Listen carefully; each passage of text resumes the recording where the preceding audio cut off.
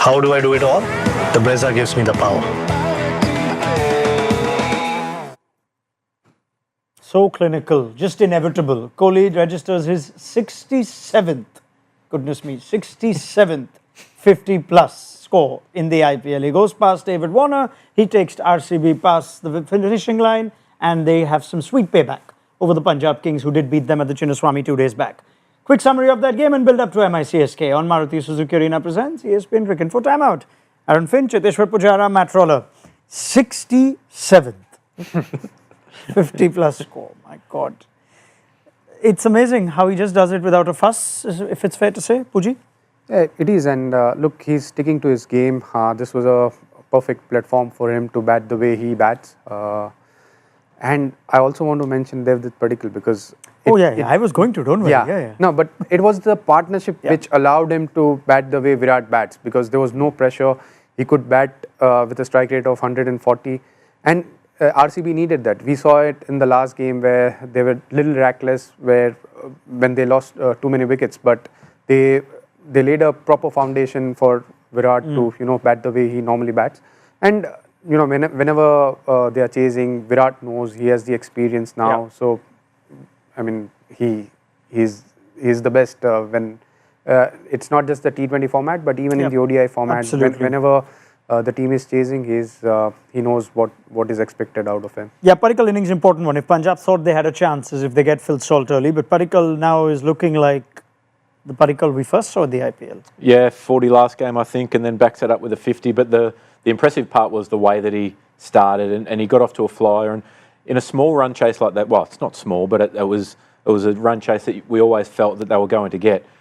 You just need to break the back of the innings right there, and he certainly did that. Like Pudgy said, that it just allowed Virat to slip into his normal role of just controlling the tempo, playing risk-free cricket, and like we were talking about earlier about the way that we thought that the Punjab Kings should have went about it in the first innings, like take some stock and build a partnership, and then look to launch at the back end. I know that it's not the way that the modern T20 player looks to play. They want to attack and go aerial all the time, but every now and then there's a time and a place for it. So clinical again.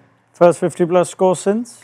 His highest score in the IPL since 2021, which was back when he was at RCB against Chennai. That's it. That's what I like from you. Yeah, we are seeing the best of Padikkal now, aren't we? Yeah, absolutely. I think if you think back to the auction, he was actually unsold on the first day, and they got him in that sort of supermarket sweep bid on the second day when they'd missed out on Venki Iyer. Arguably, he's had as good a season as Venkatesh Iyer already. And that's why I feel that they made a mistake of leaving him out of the playing 11 in the last game. Yeah. Because if he was there, being a left-hander, he could have made a big difference. Yeah, they decided to go Bandage in his first game after they'd lost 5 or 6. But anything that you're noticing about Padikkal as to why he's now putting in the runs, batting well? I think he started slowly, and then he's just looked better with each game. What do you put that down? I think his footwork is much better now, and he's getting close to the pitch of the ball. There were times where his leg used to go outside the leg stump, but now he's a lot closer. And there are times where in T20 format you need to take that leg away, but in a small run chase where you're allowed to get to the pitch of the ball, and if you can still play cricketing shots, and which he's trying to do now. So I think his bit more technically is little more better now from where he was a couple of years back. Particularly on wickets that aren't just absolute roads where the ball slides on. That's where you can give yourself some room or clear your front leg and use the pace and slice it square of the wicket. You have to have a bit more precise footwork when the wicket's a touch slower, when it's not just coming on perfectly. So get your weight into the ball, use your footwork and your body position to get power and not just your hands. Like we're seeing so many young players now, they try and stand still and use all their hands. When it doesn't come on perfectly, you're in some trouble. What we've seen from Kohli is not something that should surprise us. But given the last few days and games, especially with this team involved, where KKR mess up a chase, where Rajasthan just cannot seem to find someone who understands the importance of batting through. The point we debated at half-time, when you're in, stay till the end. Sometimes I think we actually underestimate or take for granted the consistency aspect of Kohli even at this age. Yeah, I mean, if you offered 650, 700 runs at the start of the year from one of your top 3 batters, no matter if your strike rate's 150 or 200, you would take that every single day, because that just allows your team the platform to play around it. And that's when you can put some cowboys in the middle order who are ultra high risk. And they tried to do that with Livingston and it hasn't quite worked. You think back last year, they had Maxwell, who played that high-risk game as well, and Patidar, he's looking to be overly aggressive as well. So it just allows you that platform. Once Virat gets in, very rarely does he get out for 30. Yeah. So he's going deep in the innings, play aggressive around him, and then build your game around that. I wonder whether this was the exact opposite of what we spoke of Shreyas Iyer in the pre-show, where he felt like he could sniff a win even out of 112 in the KKR game, whereas today, just didn't seem like Punjab got anything right after the Phil Salt wicket. Yeah, I felt like RCB, that really important phase, I thought, was the last 4 overs of the power play. Obviously, having got that early wicket, they would have felt like they might have been able to crack the game open, but I think they scored 42 off overs 3 to 6. And from that point on, there was no scoring pressure, really. And I think, maybe you could say Shreyas could have been more proactive. But I think it's tricky in that situation, especially when you're up against another playoff contender. Do you want the risk of taking a huge net run rate hit against players who are as class as those two? Anything that Punjab could have done second innings to make a game out of it, or do you sense this game was done at halftime? It was. I thought they didn't have enough runs on the board, and their batters, they will have to think a lot about their batting, because we have seen that last 2-3 games their batters have struggled a bit, although they've been on the winning side, but at the same time, the way they have batted, they will have to think a lot about it. The confidence that they will take, though, is that they've won games where they've been well behind the game. And if you look back at all T20 series, whether it's IPL, whether it's Big Bash or other comps around the world, you need to win those close games just to find your way into the playoffs, because anything can happen once you're there. But you often see early in the season, if a team loses a close one, they inevitably go on and lose majority of the close ones that they play throughout that season. So they should still take a lot of confidence through the season, but yeah, they're sloppy today. When they win, it seems okay, but when they lose, are there still concerns in what looks like a very closely contested league table, Finchy, on whether they're getting the best use of their overseas batters in particular? Yeah, it's a tough balance, isn't it? Because the two at the top, they've been reasonably damaging in that first couple of overs. So, if you look at Marcus Stoinis' record throughout his career, majority of his great performances have been in the top 3, particularly Big Bash Open in the batting. Great 100 at Chepauk last year for LSG. So Shreyas would be reluctant to move from 3. The 2 openers, they'll be reluctant to change those. So then it's about trying to find the right matchup for what you want your team to look like. That will probably come down now to the weighing up Stoinis versus Maxwell going forward. Maxi can probably offer those off-spin overs that he's been brilliant throughout this season. So, it's going to be a really tough balancing act. Okay, I'm going to quickly take just a few comments and questions, even though this is our bridge show, but it is a post-match show as well, before we pivot to the big one in Mumbai. Manu, I hope that answers your question on whether Punjab are getting carried away with preferences for maybe the management over data. Well, he says punters' preferences, but anyway, over data and impact in picking their overseas players. None of them look impactful. I wouldn't say it's data necessarily, because I think Ponting said when they kept Maxwell in, I should say, and left Stoinis out on the back of a good performance for that KKR game, he explained that and said that was because he felt Inglis would match up really well against Varane and Narayan, and that they needed Maxwell's overs with the ball as well. Sure. So I think he is someone who's going to look at data, and I don't think it's just a hunch thing by any means. A very quick one to Finchy. As an opening batter, how does one gauge how to set a target and communicate that to the dressing room? It seems like that's a problem this season for a lot of teams. Assess the conditions as quick as you possibly can. You talk a lot with your partner out in the middle about what the wicket's doing and how you expect it to, the characteristics to change as the game goes on. And you sum that up pretty quick and try and get a message back to the dugout. Not about a total in particular, but just information on the wicket. And then different players have different strengths, so you manage it from there. One more from Manu for Puji. Padikkal looks like he's changed his technique, covering the back foot, now covering the stumps, which gives him a stance to launch. Does that make sense? I haven't noticed that, but we have a lot of coaches. He is clearly coaches. Yeah, there are, and he has clearly improved his technique for sure. I haven't been able to notice the minor differences.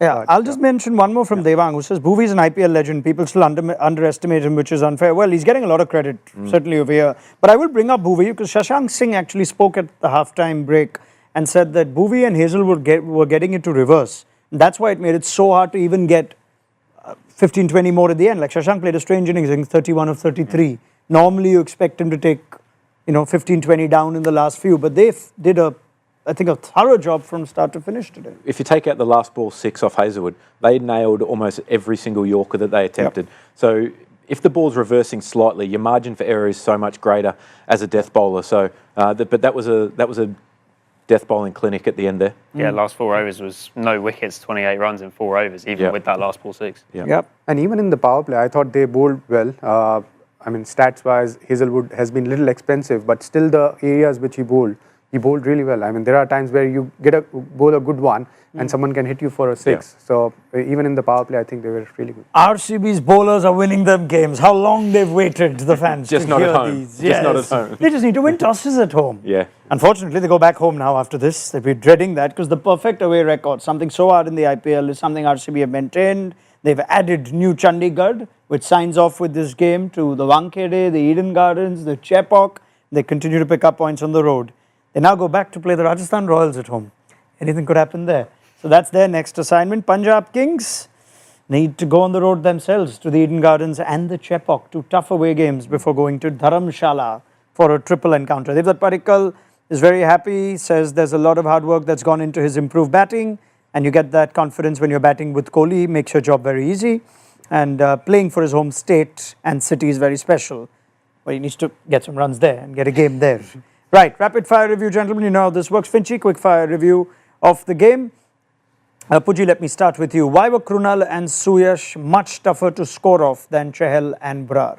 I think they bowled in the first half of the game. I also felt their lines were much better, and when you don't have a big total on the board, it becomes tougher to restrict 150 odd runs when you're bowling in the second innings. All right, Finchy, the way Punjab set out as a batting unit, they misfire more than fire. Should they be concerned by their batting display? Yeah, slightly concerned. I think that they're leaving a lot of runs on the table. Anytime they look like they're building a partnership, they'll lose a wicket, lose a lot of their momentum. So they just need to find that right balance. And it's hard when you've seen scores of 250 plus in the previous season. You think that you can replicate that, but might be time for just a little bit of a thought process readjustment. All right. Matt, what are Punjab's concerns when they bat first? I suppose the assessment from the openers of what a good score is, as these guys have said, I think, not necessarily the best situational batting from perhaps Imran Singh today. Puji, how big a boost is it for Bangalore to get Padikkal in this form? It makes a massive difference because one is he's a left-hander, he bats at number 3, and his strike rate was also really, really good today. So which will, going forward, it'll make a big difference. All right, all of you can jump in on this. Tough one. Krunal, Suyash, Padikkal or Kohli, your player of the match? I'd go Padikkal. Puji? I'll go with Suyash because he got those 2 crucial wickets. I'll go Krunal. He started it. He got the first 2 wickets and stemmed the flow when it looked like it could get away from them. Who did get man of the match? I think there was that. Who did get player of the match? I'm waiting to see. But looking at the divided opinion, I think there's good reason for all of those. More the bowlers than the batters, but who knows? They'll probably just give it to Kohli. Which of these 2 teams is likelier to make the playoffs? RCB. RCB, definitely. Both. You could say both if you'd like, but there's a lot of neither. teams. Neither? Oh, go for it. No, I said or neither. I didn't say that. Don't misquote me there. RCB. All right. So RCB, happy days, winning ways, considering they're on the road. Now, let us focus. The El Clasico. I'm beginning to not enjoy that term the more I say it, of the IPL. But let's hope they at least serve us a game to remember, because that's what we expect from the 5-time champions on either side. Mumbai Indians, Chennai Super Kings, now or never for CSK, surely, with how competitive the league is getting. And Mumbai seem to be on a bit of a hot streak, picking up wins, especially good at home. So let's just talk up the stakes and the rivalry of this encounter. Has it lost a little bit of luster with just the CSK winning, what, 3 in a row or 4 in a row now? I think 4, 5 of the last 6 as well. I don't think it has personally. I look at IPL from the outside, and I've always thought there are 3 biggest teams in terms of brands, but 2 biggest teams in terms of titles are MI and CSK by a long way. And I still think that that's the case. I think if you've been to one of those games and witnessed it, then I think you understand that there's a lot of passion there. And I think you'd be loath to talk it down too much. 5-1 since 2022 to the Super Kings. At Wankhede, it's still 7-5. But CSK are on a bit of a hot streak. They did beat MI in the opening game for both these 2 teams this season. Who knew that CSK would have 5 losses in a row after that? Surely MI are favourites with what we've seen recently from both teams? Yeah, I think so, especially with Bumrah back and firing. I tipped Mumbai to win the tournament this year. I think that when they get it right, they've just got so much experience, so much explosiveness, and so much so many world-class players. So I think they'll be too good tonight. CSK needed a result, and they at least got that against Lucknow. We're all looking at Dhoni, what he can turn around. But more than that, it was they dropped Ashwin, they opened with Sheikh Rashid. In CSK standards, that's like drastic, dynamic, extreme changes. Even if you look at their side, after first 2 or 3 games, there were changes. So they are not the side who makes a lot of changes, but they had to. I think it's because of their combination. They are not able to still find the right combination in their playing 11. But it's little sad to see the way they've been performing. It's good that they won their last game, but overall their performance hasn't been up to the mark. We are still halfway through, so I've always said this, that Mumbai Indians and CSK, the other side, you can't rule them out. They can make a comeback. They know how to make a comeback. I'm not saying they will make it to the playoffs, but they will be competitive going forward. I think it's so difficult for an IPL team, particularly someone like Chennai, who are really structured and they're happy to pick and stick. That it's like the first 11 that they pick for the year, they're comfortable going through the whole tournament. When you go through a mega auction a couple of months before the tournament, you have an idea of in your head of what the playing 11 will look like, players that are in form at the time. 4 months later, it's so different. Yeah, and there's been ODI matches or the Champions Trophy right throughout, and people playing all around the world in different formats. So then you have to be flexible on the go, because you can't just go in with one mindset from the auction. As you go forward, you'll get a better understanding of what kind of nick players are in and the best combinations. But I think you have to shuffle it around at this time of the year when it's not going your way. How many changes this year? I think they've used 18 players, and there's a chance they'll use a 19th tonight as well. Don't think so. No Devil Brevis, who was at least the flavour of social media ahead of this game, former MI boy, not picked at the auction and added to the Super Kings squad, but not in time to play today. However, there is a change. Yeah. Ayush Matre plays. So the replacement for Ruturaj Gaikwad, teenager from Mumbai, will play at the Wankhede in his first ever IPL game. It's the week of teens. So Vaibhav Suryavanshi yesterday, Ayush Matre, Sheikh Rashid. My goodness, this is different CSK team. And it is their batting first 11, which also sees Jamie Overton on that. Jadeja is not overseas. We'll move that aircraft to Overton in a second. But Kamboj is likely, I would think, to be on the impact options. Still no Ashwin. Okay, let's bring those changes in. Puji? I'm not surprised, because at Wankhede, the spinners rule is not huge. It's a small ground, small boundary as well. So I think at that venue, there's not much assistance for the spinners, and they're sticking with Jadeja and Noor, which is a fair. So you're saying we may not see Ashwin today again? That could be 2 games in a row. Yeah. All right. What about the end of Rahul Tripathi now, I guess? So they've said, fine, let's just go all youths. Ayush Matre wasn't even a Super King until 2 weeks back, but here he is now. I think he's a Mumbai local, isn't he? I think Yes, I said that, yeah. a teenager as well, so good opportunity Said for that him as well, on his at his home ground. I think it'll be interesting to see exactly sort of what they go with in terms of youth versus experience for the rest of this competition, because Stephen Fleming spoke in the build-up to this game about exactly how things will look, and I think he said that they'll back youth, particularly if the tournament heads south and if they get to the point where they're very much focused on next year already, but they've obviously thrown him in at this stage. So yeah, interesting to see how he goes. Tricky. Still to make his T20 debut for Mumbai, but does have 2 List A centuries. We'll see what he does in his first outing. They have won the toss though, which I guess makes CSK's problems even further or even deeper, because we saw how well MI bowled with the new ball against Sunrisers just last week. Advantage even more Mumbai now? Yeah, I think so. Mumbai, with their experience with the bat as well, I think that playing at this ground, you know that you can chase anything in the second half. So it's a lot of pressure on the CSK top order to try and get away to a flyer against Bumrah, against Bolt.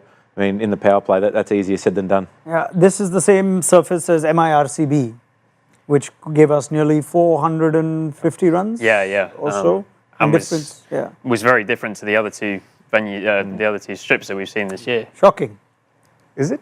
We were discussing that they'll produce a Turner against CSK, isn't it? I was asking whether we'll see the same surface as Sunrisers for CSK, and obviously groundsman takes the calls there and he's decided this game. So they are getting what they want. Who? The groundsman? MI. Oh, MI. Fuji, don't use pronouns and all. It's very confusing in these times. But yeah, MI would take that. Let's confirm their team as well. No reason to think there'll be any changes, but they have brought in Ashwini Kumar. So that's an interesting one. Karan Sharma, of course. I think the injury is quite bad, is what we heard on the build-up to this game from the MI camp. He picked up an injury while fielding, and Rohit Sharma should likely come in a little later on. But we have seen Ashwini Kumar to be more than handy. Player of the match in that game against Punjab, wasn't it? Oh, sorry, he's from Punjab. Player of the match in the game against KKR. Yeah. Yes, thank you, Matt. So more left-arm seam. Trent Bolt will start things off. You'd think for relatively inexperienced players, Finchy, like Ayush Matre, Sheikh Rashid at the top, playing Trent Bolt is a significant challenge, but has he been the same Bolt as he's been over the years?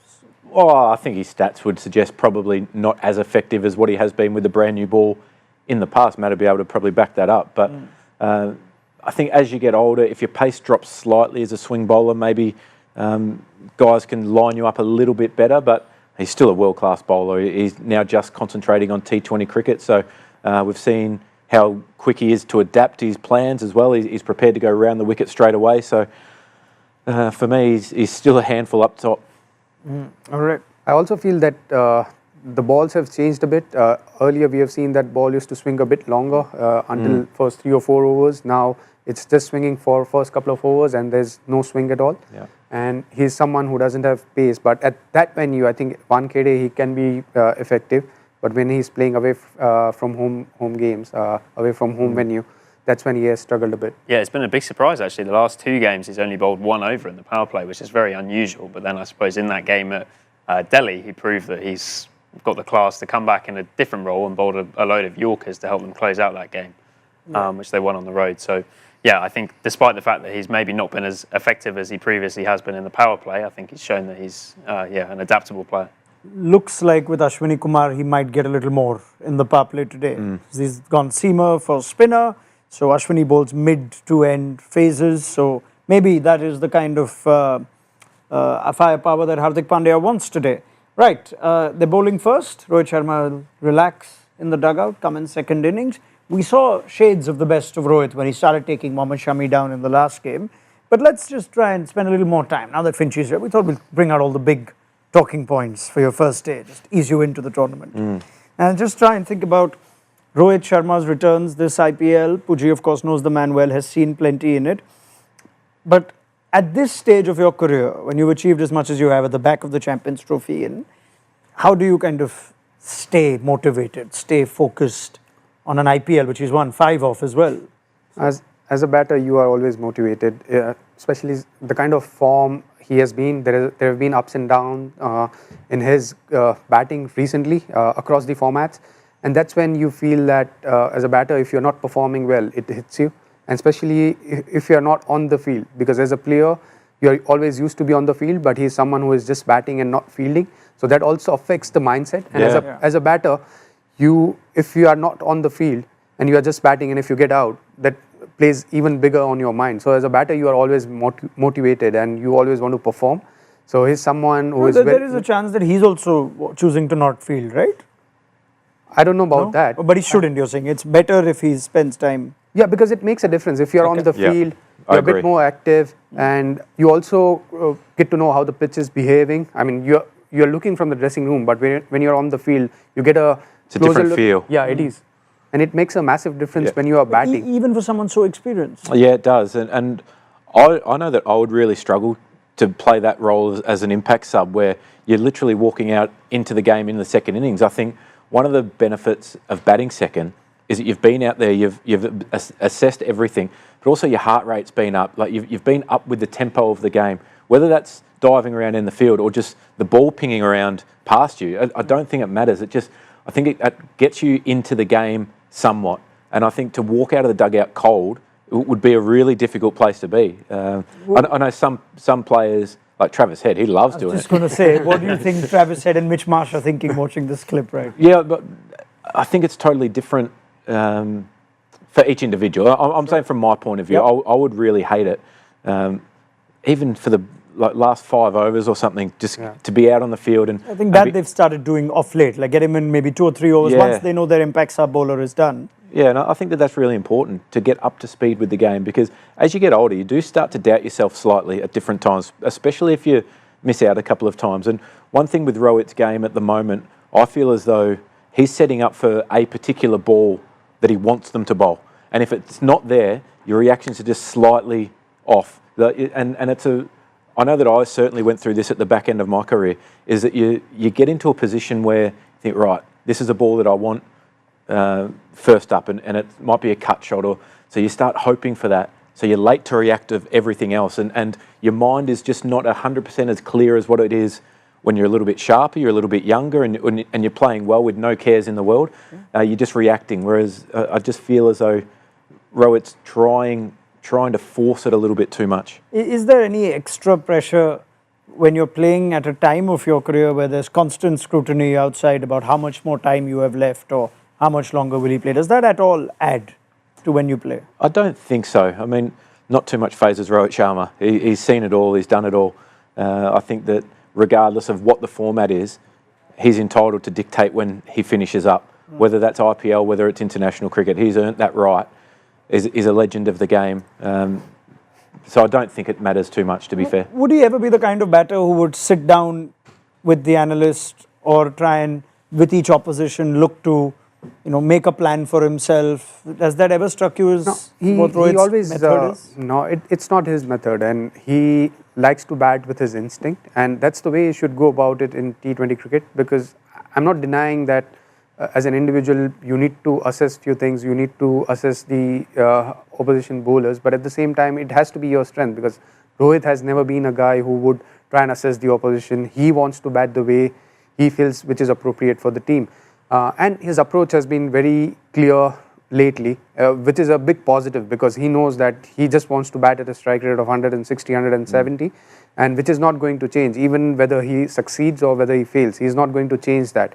So there is a lot of clarity in his batting, but at the same time, the last game which he played, it looked like he was moving a lot better, he was timing the ball better, and I'm guessing that this innings, this particular game, it could be a turnaround for him, because this venue, he had seen a lot of success, and with the pace and bounce which kind of suits his batting, he will have a good game. My thing is, at the moment, it used to be, if you bowled slightly outside off stump, he would carve you away behind point, or he'd back foot drive you. At the moment, it feels like he's just trying to drag everything to the leg side. And the bottom hand comes in, you lose your shape a little bit, and you lose your instinct. So, you think, even as recently as the T20 World Cup, you think Mitchell Starc slides one slightly across him and he pumps it over cover. And then he comes a little bit straighter and he whips it over mid-wicket. Like he was looking both sides of the wicket. I feel as though at the moment he's just looking leg side to dominate. And if it's not there, he's getting a lot of edges that are flying over the slips cordon and over short third. So if he just starts playing that cut shot in particular, he'll be back to his best. Interesting matchup today with Khalil, I guess. Yeah, I think he's got him 3 times in IPL, and the left arm seam is the way that teams have started going generally to row it over the last however many years. It'd be interesting to see. I think Pudji's right that in the last game against Sunrisers there were some good signs, and he absolutely creamed one straight at cover, sort of threw his head back and looked pretty gutted, because I think there were positive signs for the first time. But interesting one against Khalil today. 9.3 the average, 3 dismissals, 7 innings. Well done, Matt. You're on fire today in this one. Well, I know one thing, though. That strike rate is 665. He'll be looking to take that down today. He's at the point of his career where he's take the strike rate down as No. on the strike rate. Yeah, sorry. I'm not take Khalil down. Sorry. Like Pudji said, he's decided he's batting one way. He's fighting fire with fire, regardless of who he's up against. He's got a young Anshul Kamboj, also, of course, playing at his home ground today. But that's all for later. For now, let's also focus on Hardik Pandya, his successor, who felt the heat last season in the line of succession. Things have gotten better now, haven't they? Hardik Pandya, it seemed like we were praiseworthy of the bowling plans to the Sunrisers in the last game. They kept them down. Sunrisers may have contributed, but let's spend some more time, like we did with Shreyas, on Hardik, the captain, on what we've seen in terms of improvements. Let's just throw in that graphic one more time, which just amazed us, which Shreyas said too. But Hardik's not far off. with at least 50 matches as captain. Of course, the Gujarat Titans stint helped put him up there. But at 56.9, perhaps we also underappreciate Hardik Pandya, the captain, many times, given the events of last year, Puji, but you know the man well. Yeah, well, he has evolved as a player. If you look at his performances in last 2 to 3 years, there have been lot of ups and downs. He has been injured even in the past, but he has come up with a better fitness. Now, if you look at the Mumbai Indians side, the kind of chatter which is going on, players are gelling up. There is a lot of feedback to Hardik, but at the same time, he is receiving it in a way which is a bit more constructive. There are times where things were not right for the MI franchisee. Yeah. Whether we are talking about it the last year or the year before that. But now, because India has won T20 World Cup, he has been part of it, Champions Trophy, he did well. So even as a player, he has grown and he has contributed. And him and Rohit, I think we have seen that there's a lot of chat going on. So he's learning, he's evolving as a captain also. Yeah, what were your learnings of actually, I know it's very different but doing it for an Australian team and doing it for an Indian team, but what were your biggest learnings of handling players with great pedigree, great experience, big egos at times, and sort of having to work with them when you perhaps even admit that they might be bigger or better players than you, but you're the captain? Yeah, well, you just have to be true to yourself and true to your style that you want the team to play. And you use the resources around you for as much information as you can possibly get. I was really lucky. I mean, I had Steve Smith, David Warner, two legends, Glenn Maxwell, who's someone who thinks deeply about the game and can sometimes think out of the box. And then you've got, I was lucky, Stark, Cummins, Hazelwood as your bowling lineup, and other guys in there as well who you'd lean on for all the information. So it's about trying to use that to your advantage and never getting in a position where you're almost fighting the urge to go to them. When you've got great resources, you'd be stupid not to use them. So I think at times some people can get really protective of their job and say, you know what, no, I'm the captain, I want to do it my way. But there's so many great thoughts and cricket minds out on the ground in the change room. You work closely with your coach, and it's understanding personalities as well. There's some guys that you know, if I go to him at this time, it'll be an emotional response that you get, whereas other guys you go, right, if I went to Josh Hazlewood when the ball is flying around the park, I know that I'll get a calm and calculated response every single time, and then he can help you manage through that period. Other times, when you need a bit of creativity, you might go to Maxwell or you might go to David Warner, say, right, what are you thinking here? I'm struggling for ideas. The game's getting a bit flat. We're not doing much. So you just use the resources at the right time. That's interesting. I mean, I think it would have all fallen apart without you, Finchy, back in 2021.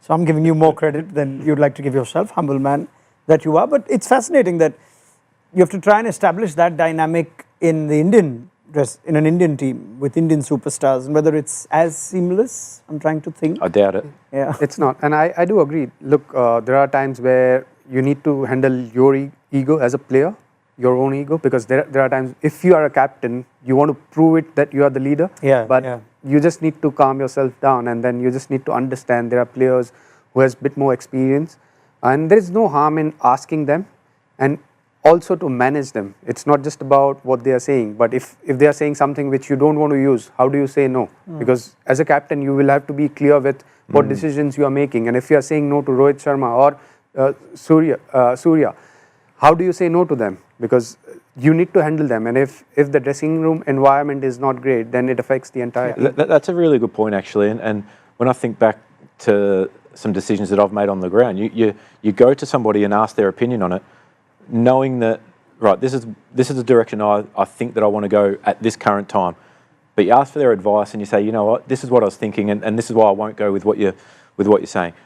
I was lucky that when I captained Australia for an extended period of time, I'd already played for 8 years with these guys. I'd known a lot of them for a long period of time. So it was a lot of trust built up over a period of time, that you know that no one's trying to step on anyone's toes. It's literally, I'm asking for your opinion because I want what's best for our team right now. And they understand that you don't have to agree, because I have to make the decision and be accountable to that decision at the end of the day. So you still have to have that balance of when to go with decisions and when not to. And at times it's really tough, because I guess when I look back, when Steve Smith and David Warner come back into the setup in 2019. For me, that was my first time captaining them for a long period of time. So you do get different times when you go, right, do I make this decision now? Geez, what's Smudge going to think of the decision? Like, you know what I mean? Like it probably played on my mind a little bit more at the start, but as soon as you understand that you're all there for the same thing, no one's there to one up anybody else. You just want the right decision at the right time. Whether that goes your way or not is a totally different story. But all you can do is make that right call at the right time. Yeah, I think that's brilliant. Just trying, you can imagine all these emotions needing to be managed by Hardik Pandya, first for himself, then for the other. Especially after last year as well. Yeah, that would have been a 100%. really difficult year for him personally, and I think he's been open about that. So to then walk back into it and go, you know what, this is a clean slate. Where do we go, fans? What do you want from me first up? Because, I mean, there was some horrible scenes for him personally 100%. last year. The events after the IPL must have helped enormously. That Hardik played such a big part in the T20 World Cup win is one thing. And if anything still was spilling over to next season, it had to be sorted before the big auction, which we heard from the management. I think there was a lot of clarity too. They announced Hardik as captain and they announced the retentions with a buy-in that was taken by all the senior players. So it seems to all be working together. And if I think of Hardik's tactical calls this season, certainly improvement on last year. Yeah, I was just going to say that I thought that game in Delhi that they won was a really big game, partly because of the fact that there was that interaction between the dugout and the captain, where they were sort of very much advising him. We could see the visuals on TV of advising him to bowl spin at a particular time. That was feedback. Once the success happened, there was a flying kiss blown to the dugout. Exactly, but almost too much love. Yeah, we didn't always see that dynamic last year, so it was interesting to see that come in. And I think, to have won 2 in a row, I'm sure they'll be feeling confident going into this tonight. And you can see how the season would suddenly turn around. Fantastic. Well, if you win, everything's awesome, isn't it? And I must say, having a captaincy chat of Rohit Hardik, we've had only one before in this season, and Raidu and Bangar were sitting for that. You remember that one? Yeah. It was much more pleasant. This is how it should be. That was fun. I'll tell you about that later.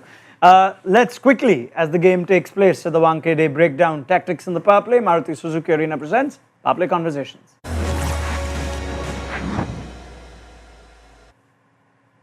Right, Deepak Chahar with the new ball and Sheikh Rashid to face him for the first time. Finchy and Puji have seen a couple of balls, so has Matt. Are we expecting more of Trent Boult in the power play then? How do you see it going? I'd expect so after seeing the first couple of balls here from Deepak Chahar swing quite significantly, get Trent Boult on, get Bumrah on, attack first up, try and get early wickets because that's the key in T20s. Yeah, could you even actually go with Deepak Chahar 3 or 4? Sometimes that 4th over, like in the last game, is I wouldn't go for 4th over, but I would definitely go with 3 overs of Deepak Chahar in the power play. We might not see Bumrah as early as the last game, given the top heaviness of SRH. So Bumrah for later, you think?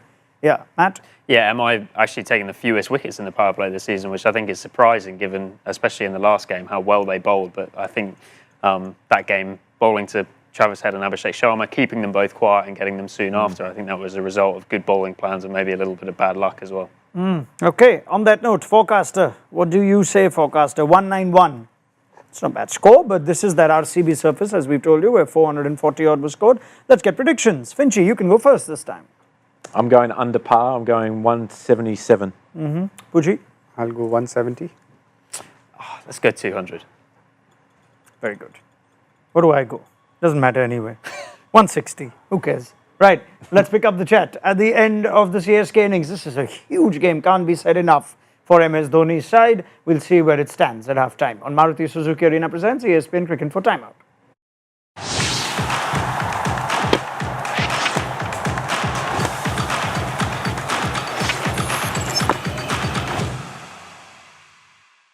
How do I do it all?